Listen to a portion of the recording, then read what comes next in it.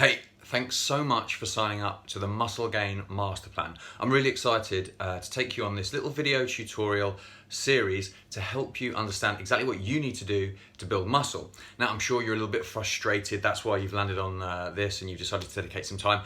So first of all, I want to say thank you and give you a bit of respect for actually investing your time in learning what to do. You're not just being passive and saying, woe is me, and basically giving up on yourself. You're spending some time, you're educating yourself, and you're learning what you need to know to build as much muscle as possible. So brilliant. It's a great thing you're doing, and it's the first step.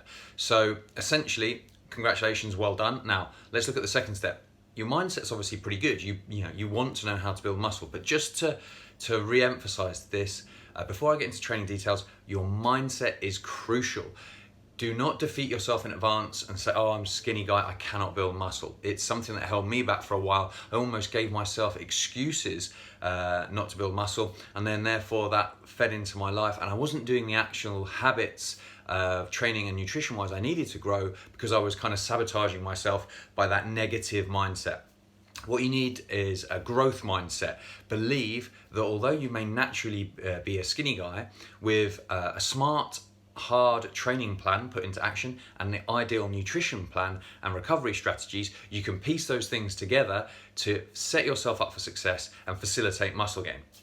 So first little aside is get your head in the game, really focus and believe in yourself, and know that if you tick off the boxes that I'm going to tell you in this training series, and you do those relentlessly, you're doing everything in your power to gain muscle, and you will build muscle. I've never had anyone I've worked with I couldn't add muscle to once they started ticking off these boxes consistently and quit those excuses they were giving themselves. Okay, so the first training principle concepts you really need to understand is absolutely fundamental to all training and any effective training strategy. And to be honest, that's whether it's muscle gain or someone who's training for endurance, but it's an overarching principle you need to understand, and that is progressive overload. And essentially what that means is that your training needs to be hard and it needs to get harder.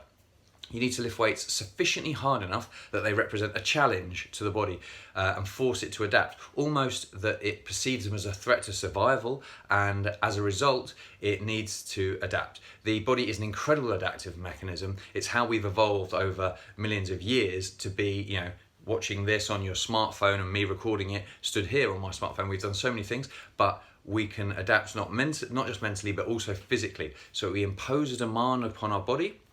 If we provide it with sufficient nutrition and recovery, it will adapt, it will go bigger, stronger muscles. So your training needs to be over what I would call an overload threshold. So you need to be close enough to failure to stimulate those gains. So you see guys that do tons of sets and reps, but none of them are getting anywhere near failure. In fact, I'd say only about 10% of people I see training in gyms train hard enough to grow and actually build muscle. So I want to ask you a quick question. Be honest with yourself. Are you actually training hard enough to force your body to build muscle?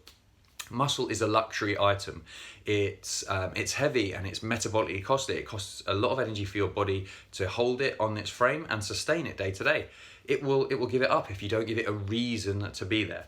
So you need to train hard.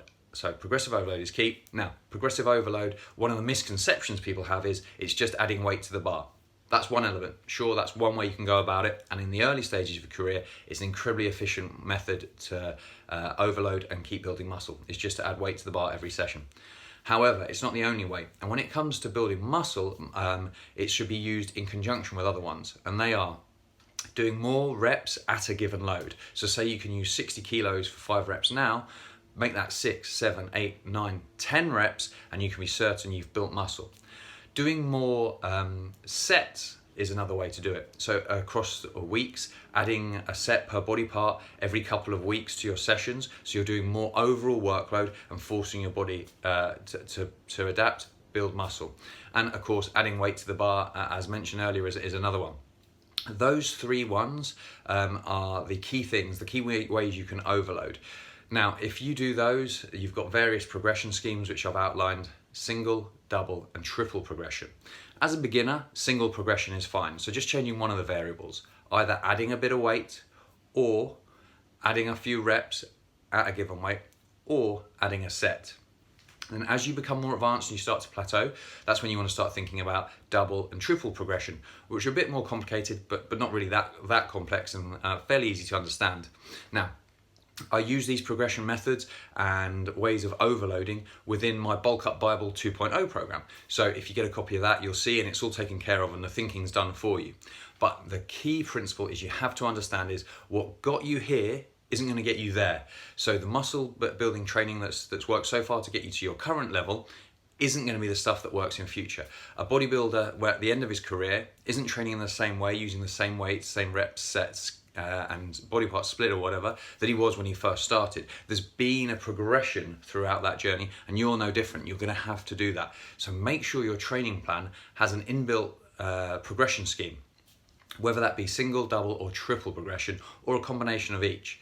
Now, again, as I say, this stuff can get complicated if you don't really understand it. I'm going to try and give you all the information you need. If you need any more information, grab the Bulk Up Bible 2.0, where your training for 3 phases is taken care of in terms of increasing your workload, and overloading, and guaranteeing that you're doing more muscle building training each week, each month, to keep you growing and building as much muscle as possible.